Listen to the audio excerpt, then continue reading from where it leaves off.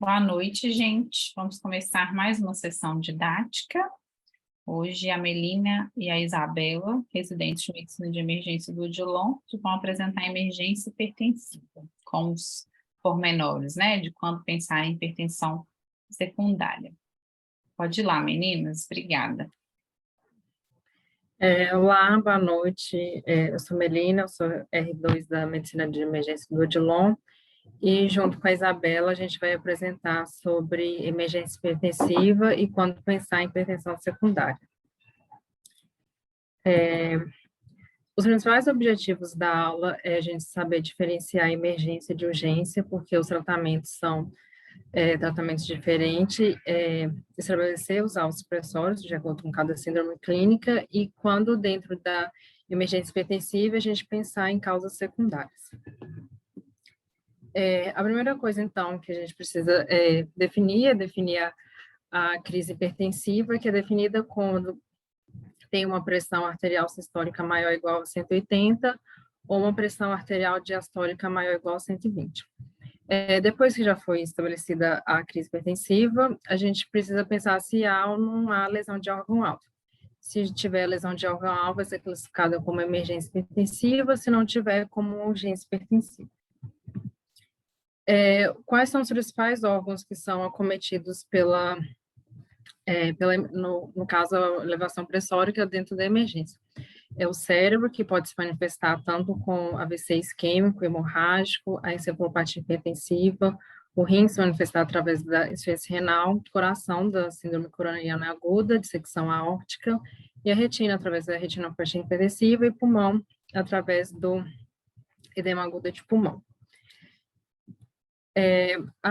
Quando o paciente chega no pronto atendimento, a apresentação clínica, o conjunto de sinais e sintomas que esse paciente apresenta, para a gente já vai ser um indicativo de qual lesão de órgão-alvo a gente vai procurar para a gente confirmar essa lesão e confirmar o diagnóstico de emergência. Então, quando a gente pensa em cérebro, a gente vai pensar em sinais neurológicos focais, se esse paciente tem algum déficit motor, algum déficit sensitivo, cefaleias, alterações visuais, alteração do nível de consciência e a convulsão.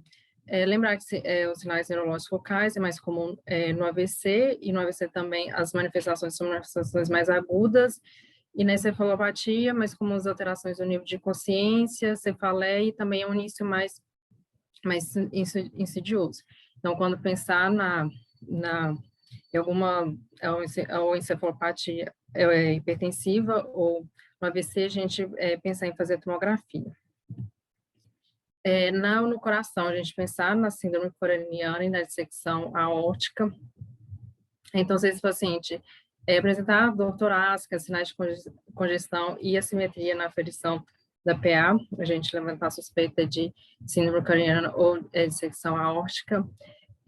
Na questão, lá, na hora de estabelecer o diagnóstico da crise hipertensiva, precisa medir a pressão arterial nos dois braços e mais de uma vez.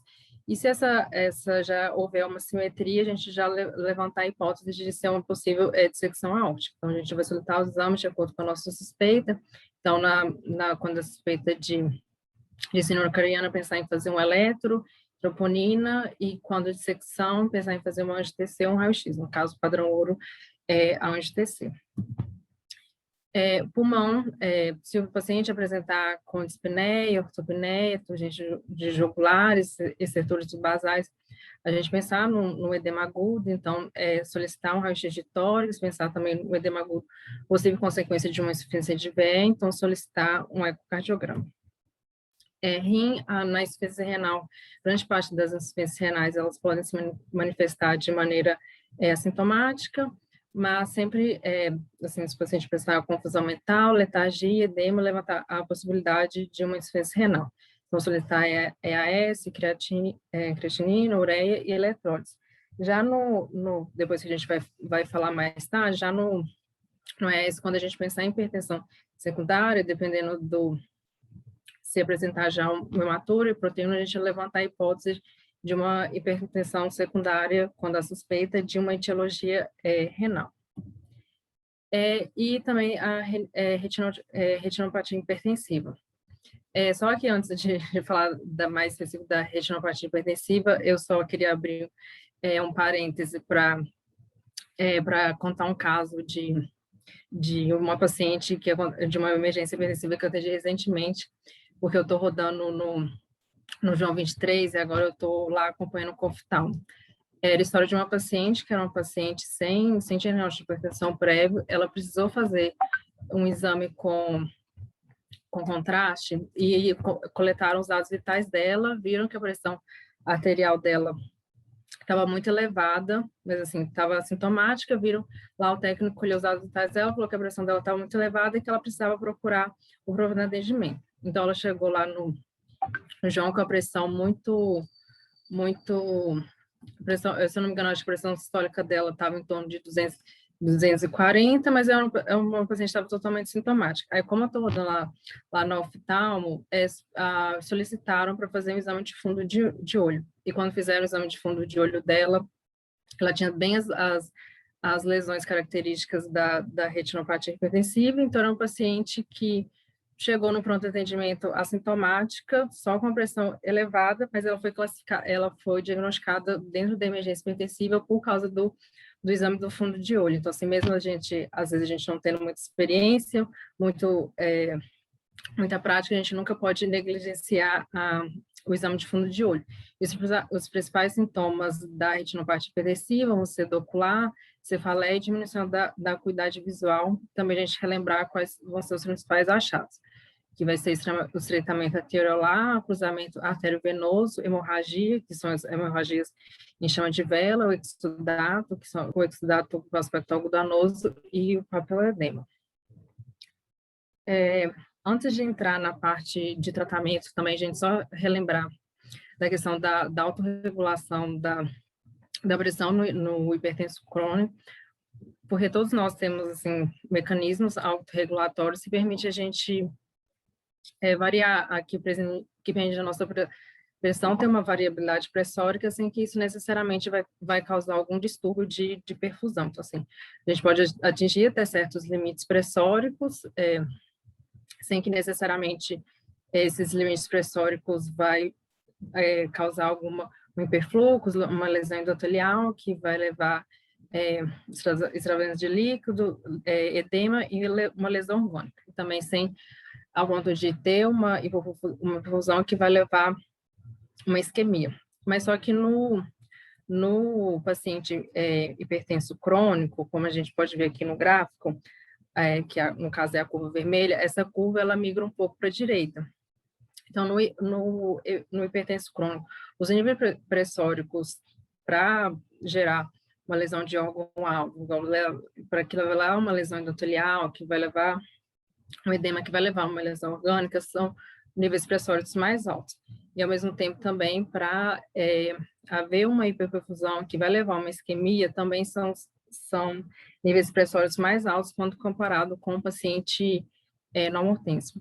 A gente entender isso é muito importante, porque depois que a gente faz o diagnóstico de emergência hipertensiva, é muito importante a gente reduzir essa pressão para justamente interromper essa lesão orgânica que está havendo, mas só que essa redução ela precisa ser feita de forma parcimoniosa, porque se reduzir de maneira rápida, de reduzir de maneira abrupta, esse paciente vai ficar mais suscetível a fazer uma hiperfusão e levar ele a fazer uma isquemia. E só lembrar que o órgão mais sensível essa autorregulação é o cérebro. O tratamento. Depois que faz o diagnóstico para diferenciar urgência hipertensiva e emergência hipertensiva, a gente faz o tratamento. Tratamentos são tratamentos diferentes. Enquanto na urgência hipertensiva, a pressão arterial ela pode ser reduzida de maneira gradual ao longo de dias e horas, porque, igual a gente falou no gráfico, teria não a necessidade de querer reduzir essa pressão de maneira rápida, de maneira abrupta, pelo risco de hipoperfusão, e o ideal seria esse paciente não ter necessidade de ficar internado, ele fazer um acompanhamento ambulatorial dentro de 1 até 7 dias. Enquanto na emergência hipertensiva, a pressão arterial ela vai precisar ser reduzida imediatamente e de uma maneira previsível. E para isso acontecer, vai requerer monitorização contínua e uso de antipertensivos parenterais. O UpToDate e o Dynamed, a questão sobre a pressão arterial-alvo, eles falam coisas diferentes, mas falam coisas complementares. No UpToDate, fala para reduzir a pressão na primeira hora, a pressão arterial aproximadamente em torno de 10 a 20%, e depois, nas próximas 23 horas, reduzir em torno de 5 a 15%. O Dynamed fala da pressão não reduzir, na primeira hora, não reduzir mais de 25% e depois reduzir de maneira mais cautelosa nas próximas 24, 48 horas. Mas isso são só, de uma certa maneira, para emergências gerais, porque a gente vai falar no próximo slide dos casos mais específicos.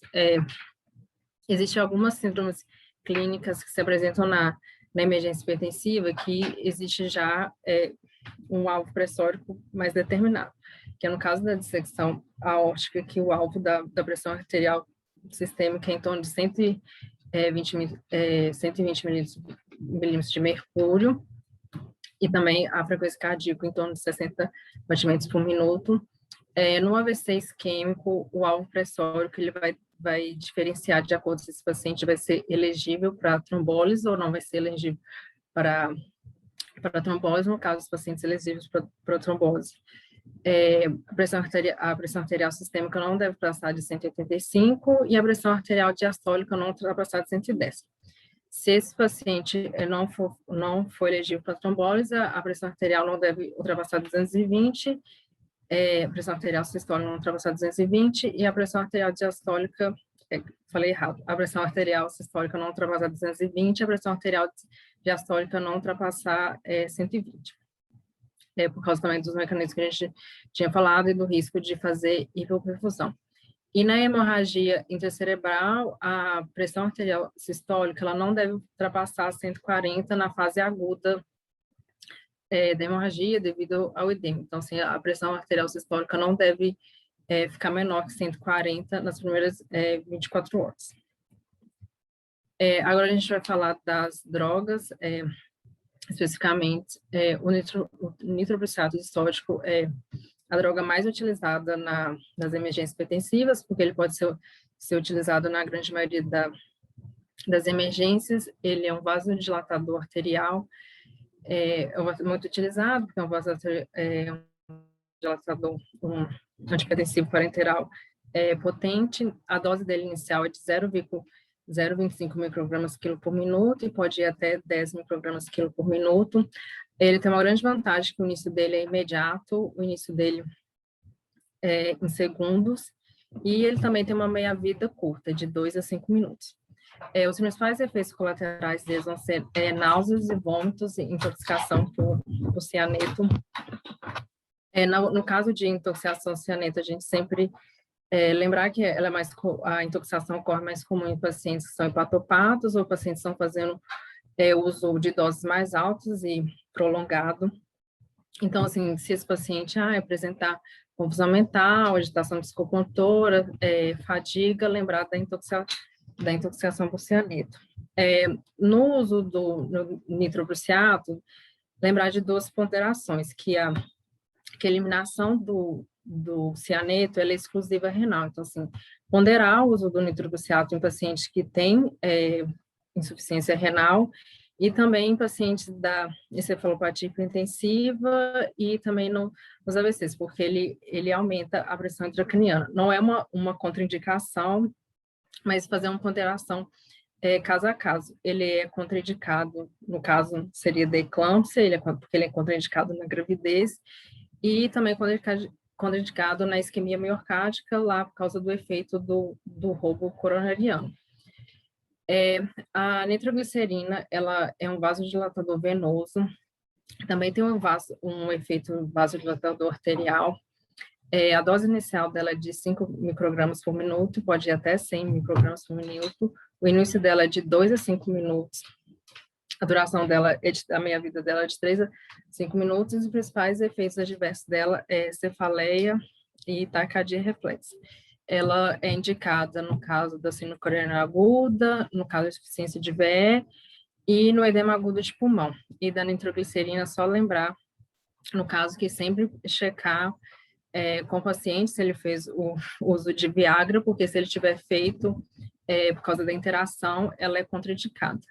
E só lembrar também que não é muito comum a hidralazina, mas é porque a hidralazina vai ser a primeira escolha no caso da eclâmpsia. É um vasodilatador de ação direta, o início dele é um início mais prolongado, de 10 a 30 minutos, duração de 3 a 12 horas, efeitos colaterais taquicardia, cefaleias, vômitos, igual eu falei, é a primeira escolha no caso de eclâmpsia, por causa do efeito da hidralazina nas arteriolas placentárias. Os principais fatores precipitantes das emergências hipertensivas, a gente sempre lembrar da má adesão medicamentosa, que pode ser tanto uma adesão crônica, mas lembrar que alguns medicamentos, quando interrompidos abruptamente, como a clonidina, causa hipertensão rebote.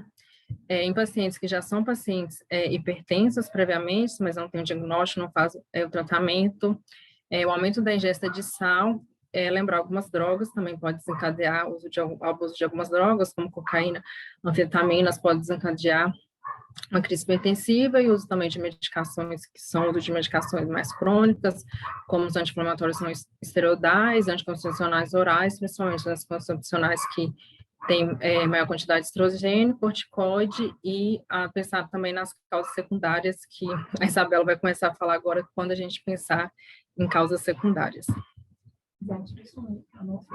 Oi? Tira o som para nós. Ah, tá. Que aí eu digo de casa. Para não dar eco.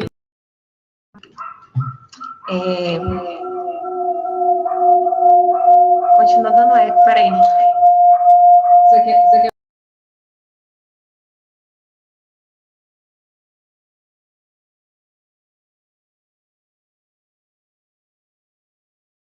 Consegue me ouvir bem? Sim. Tá dando para... Mas tá dando para a Isabela falar? Tá. Tá, eu vou falar aqui, porque senão tá dando muito eco. Antes de falar, né, das hipertensões primária e secundária, eu acho relevante a gente lembrar das pseudocrises, né, hipertensivas, que tem um diagnóstico diferencial mais vinculado à urgência hipertensiva do que com a emergência, exatamente por não apresentar lesões de órgão-alvo. As pseudocrises hipertensivas muito relacionadas principalmente a questões emocionais mesmo, então até hipertensão de jaleco branco, que pode acontecer, a parte de síndrome do pânico, que pode aumentar valores pressóricos de uma forma muito expressiva. Então, sempre vincular, né, dentro da nossa anamnese, a parte emocional, mas sem deixar de pensar nas causas realmente que podem ocasionar em emergências hipertensivas, como no caso que a Mel contou, né, da paciente assintomática, mas com retinopatia. Em se tratando de hipertensão, né, arterial sistêmica, a gente sempre vai pensar nas causas primárias e nas secundárias, né? Essa divisão, ela vai acontecer em que? Nas causas primárias, geralmente, a causa não é necessariamente identificável.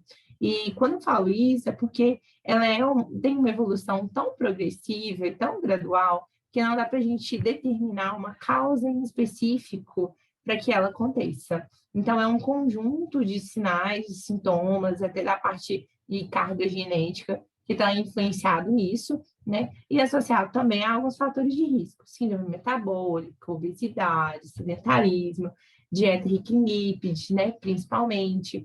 Então, tudo isso é um conjunto, né? Que vai apresentar, vai ter essa apresentação clínica de uma hipertensão primária.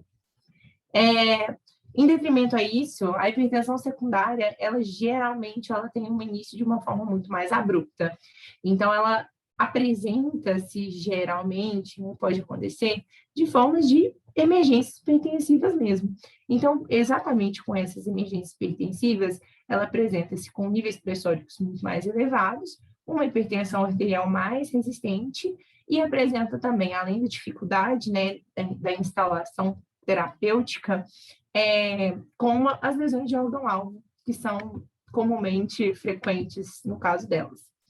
geralmente as causas são reversíveis, então a gente consegue reverter todo esse âmbito, né, de hipertensão secundária, todo esse âmbito de emergência hipertensiva, de uma forma mais reversível mesmo, né? Passa para nós, Mel. Então, quando que a gente vai pensar? Como eu tinha dito, a gente pensa sempre nas hipertensões resistentes, né? Que, apesar da instauração, né, de inúmeras terapêuticas, não tem uma boa resposta clínica, mesmo usando classes diferentes, beta-bloqueador, bloqueador de canal de cálcio e EcoBRA, né, associado também um diurético junto, elas não têm uma boa resposta, né? Então, isso faz a gente ficar um pouquinho em alarme.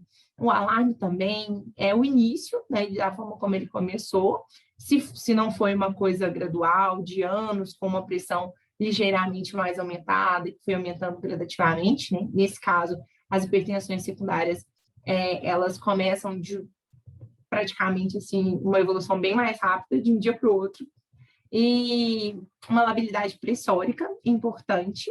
Então, um paciente que do nada tinha ótimos níveis pressóricos, ele realmente começa a apresentar essa instabilidade de valores pressóricos. A idade, que tem muita interferência também, idade também é um fator de risco para o desenvolvimento de hipertensão, né, arterial, principalmente por causa de envelhecimento de vasos a longo prazo, mas pacientes jovens, né, sem história familiar, sem fatores de risco, eles parecem ser mais suscetíveis, né, a essas hipertensões secundárias. É algo que nos liga um alerta para que a gente possa investigar isso de uma forma melhor. Como eu tinha dito, a presença de lesão de órgão-alvo e alguns achados bem específicos, uma hipocalemia e uma alcalose metabólica, que vai estar relacionado a uma das doenças específicas que eu vou dizer, mas que é importante. Então, assim que a gente vê na emergência, né, associada, uma emergência hipertensiva associada com uma hipocalemia e uma alcalose, a gente fica um pouquinho mais atento. Algumas causas mais comuns, né, dentre elas eu vou citar 7, tá, que são as causas mais comuns e as causas que a gente mais pensa, né, que tem um diagnóstico, né, muito bom, assim, um prognóstico muito bom, que a gente consegue intervir de uma maneira mais eficaz também, para que a gente consiga reverter esse quadro melhor, né. A primeira é a apneia obstrutiva do sono, né, a SAROS, e a SARS ela está muito relacionada, inclusive, com os fatores de risco. Então, ela pode ser conjunta, e não só uma hipertensão primária isolada, ou uma hipertensão secundária isolada, mas ela pode ser conjunta, algo que piora muito mais o quadro de hipertensão primária, né? E deixa a hipertensão mais resistente. Por isso que a importância do tratamento da SARS interfere diretamente no tratamento de uma hipertensão arterial primária. Os achados clínicos mais frequentes vinculados a ela são os rônculos, a sonolência diurna e todos os outros fatores de risco vinculados, né? Então, sedentarismo, obesidade, né? Que influencia bastante, né?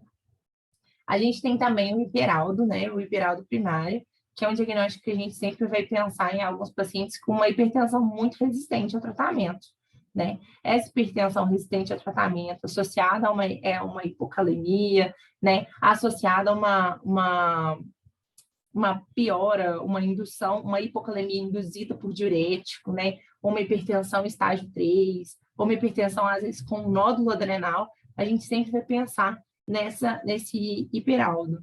Então, juntando todos esses aspectos, né, lembrar de como faz o diagnóstico, aldosterona, renina plasmática, né, que aí facilita que a gente consiga intervir. A doença renal parenquimatosa, né, que às vezes grande parte das emergências hipertensivas, elas podem ocasionar insuficiência renal. Nesse caso, a insuficiência renal, ela tem que ser um pouquinho investigada mesmo, e a gente pensa na doença renal parenquimatosa quando o paciente começa de uma forma muito abrupta, e esse edema, ele não é um edema que acontece gradativo, ou que é um edema que vai e volta. Ele está muito mais associado realmente a uma instalação mais abrupta do caso. Então, associado a essa insuficiência renal e esse edema, né, além desse episódio hipertensivo. Na doença renal renovascular, né, ela tem um início abrupto, né, tem uma piora da função renal com IEC e BRA. Então, muitas das vezes, quando a gente inicia tratamento e tudo mais para emergência a longo prazo, né, que a gente inicia o IEC e BRA, percebe que há uma piora da função renal muito expressiva. Nessa piora de função renal, associada também com o edema, a gente pode concluir, né, a gente pode pensar nessa doença renovascular. E esses 3 últimos, que eu acho muito importante, o feocromostoma, né, e aí o feocromostoma, ele tem uma apresentação clínica um pouquinho mais clássica, né, com essa hipertensão paroxística, associada com cefaleia, sudorese e palpitação. Lembrar que todos esses valores de hipertensão, né, o paciente ele pode apresentar uma pressão basal normal, sem alterações, e o feocromostoma também pode gerar esses episódios de emergência hipertensiva, geralmente com mais associação à parte tanto neurológica quanto à parte renal, que é onde ele tem mais especificidade assim, de ativação dessas emergências hipertensivas mesmo. A síndrome de Cushing, que também está relacionada com os outros fatores de risco, e aí a gente consegue observar pacientes com face de lua cheia, né, pacientes com ganho de peso, fadiga, hirsutismo, nas mulheres, né, amenorreia. E aí, quando a gente percebe o paciente, né, obeso e tudo mais, a gente fica pensando se isso, né, foi a causa para uma hipertensão primária possível, ou se, na verdade, isso é uma consequência de uma síndrome de Cushing, né, que está gerando essa hipertensão secundária. É algo que tem que ser levado em conta como diagnóstico diferencial mesmo dentro de tudo isso. E, por último, o hipertiroidismo, além disso, o hipotiroidismo, que também pode ser relacionado a esses fatores, sabe? Então, tanto o hipertiroidismo gerando essa perda de peso, palpitações, hipertensão sistólica, né? Quanto o hipotiroidismo, que também com ganho de peso pode gerar, consequentemente, esse aumento aí de níveis sistólicos, mas também no hipertiroidismo até as tempestades, sabe? Tempestades tirotóxicas que podem acontecer. Então, esses 2 critérios é importante a gente lembrar, dosar TSH, dosar T4, né? Lembrar de todos os exames que a Mel comentou no início, né? Das emergências hipertensivas, que pode dar um sinal melhor para a gente, nos direcionar melhor para a intervenção terapêutica, de uma forma mais adequada, né? Nossas referências, né? A gente utilizou a sociedade, né, de hipertensão, tanto a nacional quanto a internacional, né? A sociedade de cardio, o UpToDate e o Dynamed. E é isso. Obrigada. E feliz Dia do Médico para todos vocês. Muito bem, meninas. Muito boa a aula. Conseguiram mesclar um assunto com outro e fazer ter sentido, né? A gente convida todo mundo aí para abrir as câmeras para a gente poder discutir sobre o assunto. Ô, Bela, só para confirmar um assunto interno aqui, você está de plantão, né? Lá na enfermaria, você vai para lá depois daqui, né? Vou sair daqui e estou indo para lá. Ah, não, já avisei aqui, porque o pessoal lá não estava sabendo. Eu tinha pedido para avisar, mas a Mari não conseguiu, aí ela viu minha mensagem só depois. Beleza.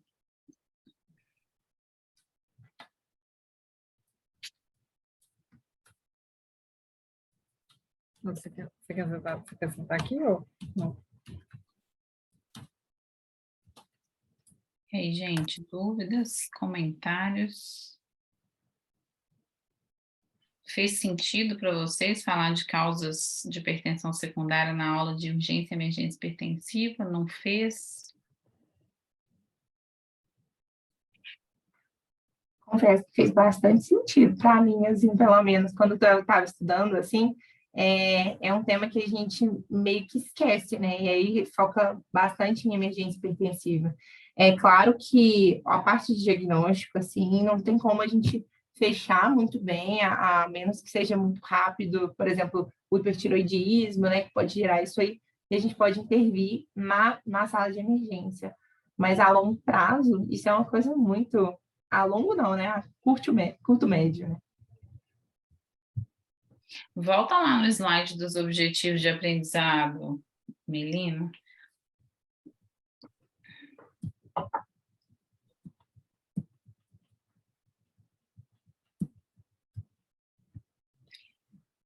Para quem está assistindo, ficou tranquilo aqui? Os 3 objetivos da aula das meninas? Ficou alguma dúvida? A gente vai tentar sempre trazer isso aqui para as sessões, né? O que a gente espera ao final da sessão? Todo mundo saiba diferenciar emergência e urgência hipertensiva, saber que os alvos pressóricos são diferentes, né? De acordo com cada etiologia de emergência hipertensiva e quando pensar em causas secundárias, né?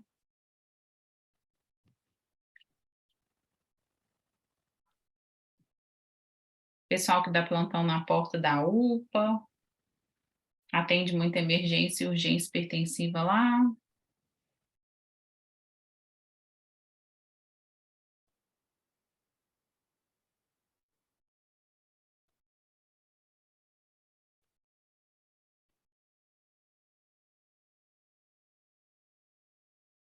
O pessoal tá meio calado hoje. Acho que o que mais chega para a gente na porta disparada é a pseudocrise hipertensiva, né? O paciente cronicamente descompensado com níveis pressóricos elevados e muitas vezes assintomático. Mas, sem dúvidas, é muito importante a gente estudar o tema e aprender a fazer o diagnóstico diferencial. Eu acho que é um tema muito desafiador mesmo. Toda vez que estuda, aprende uma coisa nova. E demora mais você dar um captopril sublingual para o paciente e deixar ele lá na UPA esperando ou explicar para ele o risco de baixar a pressão, aquele gráfico, né? O gráfico mais importante da aula. Com certeza. Eu tenho meio agonia, assim, de... E até, né, olhando com a Melina no Dynamed, lá eles colocam, né, para deixar o paciente 40 a 50 minutos esperando, né, se não me engano, quando você está atendendo uma urgência hipertensiva, porque eu imagino que seja o grosso, né, das fichas verdes da UPA, fichas amarelas, né? Deixar o paciente esperando e depois medir a pressão de novo e considerar medicação antihipertensiva oral. E aí, isso aí é uma pegadinha, né? Acaba sendo uma pegadinha, porque é considerar medicação antihipertensiva oral em 48 horas. Não quer dizer que tem que medicar esse paciente lá na UPA, lá no consultório, lá na ficha verde, né? Você pode passar uma orientação, e isso aí demora, né? Demora você explicar para o paciente que dar um remedinho pode fazer mais mal do que bem, que a pressão faz mal não é agora, nesse minuto, mas no decorrer dos meses e anos, demora, né? Esse texto, não sei, quem atende muita porta talvez já tenha ele decoradinho, assim. E até a gente tem pensado, né? Não sei se a Cíntia está aí ainda, eu vi que ela estava, acho que está, em fazer placas, sabe? Coloridas, como se fosse um tablet de antigamente, para facilitar, né? Até essas conversas que demoram e que demandam, às vezes, imagens para o paciente entender melhor o que a gente está falando. Porque se a gente tem uma UPA com um tempo de espera de 8 horas para a ficha verde, de 4 horas, dá agonia de ficar demorando ali para explicar, né? Mas às vezes o que o paciente precisa é que seja explicado mesmo. Que isso não vai matar ele agora. Eu estou aqui sim, Nath. Ah, então tá. Tá? Não, mas eu achei bacana a ideia. É uma forma também da gente sinalizar também para os pacientes e também deixar um pouco mais claro também para os médicos que estão atendendo também. Pode ser feito naquele momento. Isso, tirar do foco, né, o medicamento e baixar a pressão para trazer conhecimento, né, trazer tranquilidade para o coração dos pacientes, porque é por isso que eles vão, né, consultar. Sim, sim, É com porque também, certeza. igual da hipertensão secundária, vai ser a minoria dos casos, porque a grande maioria dos casos do fator precipitante para uma urgência, uma emergência hipertensiva é a má adesão medicamentosa, não são as causas secundárias. Aí você já está entrando, né? Então, assim, diferenciar emergência e urgência, acho que é mais tranquilo, né, gente? A Melina explica. A Melina fala calma a vida inteira. No dia da aula, ela resolveu falar rapidão, né? Ah, Porque é apresentação, eu acho que a minha maneira de compensar meu nervosismo é falando rápido. não, mas deu. Assim, a Isabela, a gente treinando aqui, ela me falou, você está falando muito rápido, mas assim, não dá. É difícil controlar. Mas ela desacelerou, viu? Tava mais, mas tá bom. Ah, você precisa de ver a primeira vez que ela apresentou para mim. Tava no 2 vezes do WhatsApp, né? Bom, não, mas a Melina mostrou bem, né? O que a gente tem que focar para descartar ser uma emergência, porque o nosso papel enquanto primeiro contato com o paciente é esse, né? Porque aí a gente está lembrando, a gente não está falando só da sala de emergência, a gente está falando do ambiente de urgência e emergência que esse paciente está chegando. E a maioria das vezes ele vai chegar no consultório, né? Então, aquele slide que ela fez, né? Como que urgência e emergência são completamente diferentes para onde que o paciente vai. Isso que é definidor, né? Se é emergência, ele vai para o CTI, ele vai para a sala de emergência. Se é urgência, ele vai para casa. Então, a gente precisa estar seguro de descartar as lesões de órgão-alvo, né?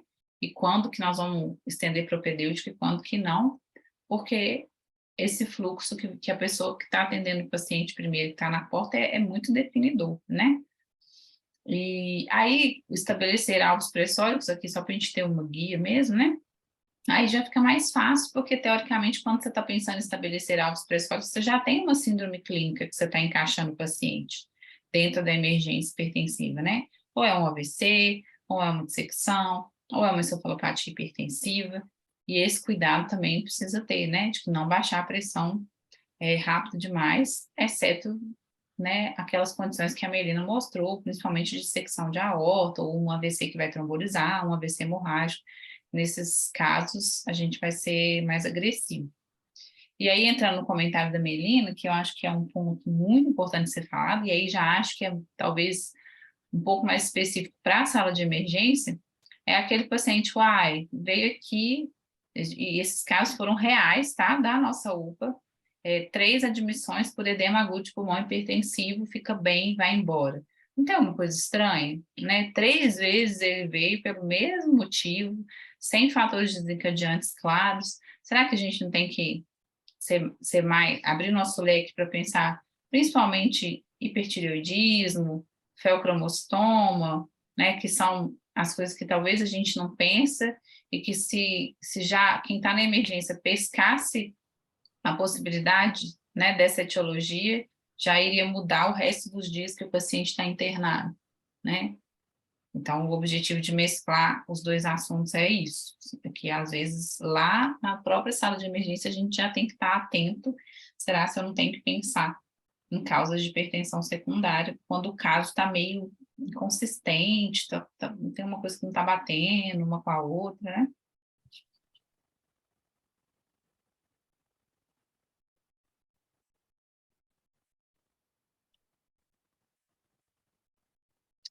E aí, meninos, alguma dúvida? Eu não vou sair falando nomes aqui, não.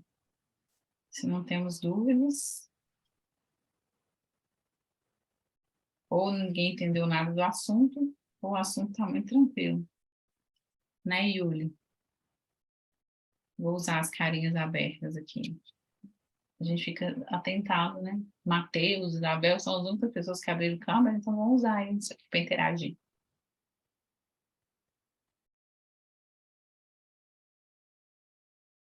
Nunca mais ninguém vai querer abrir a câmera.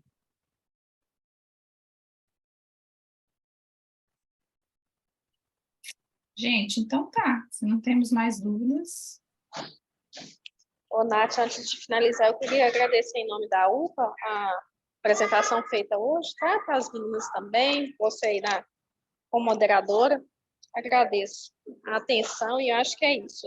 Todo mundo precisa, né, independentemente de onde esteja, nós estamos todos trabalhando em função da equipe e a gente precisa desses treinamentos, dessas aulas cada vez mais efetivos aí no nosso ambiente de trabalho. Obrigada, Cíntia. É só para todo mundo entender, desde semana passada ou retrasada, não vou lembrar, a gente começou a mandar os convites para os médicos que dão plantão na porta, né, da UPA. E acho que a experiência deles pode agregar muito aqui nas nossas sessões didáticas, assim como Isso. as sessões, né, podem agregar também no dia a dia, para a gente fazer essas transformações que são benéficas para o paciente, né?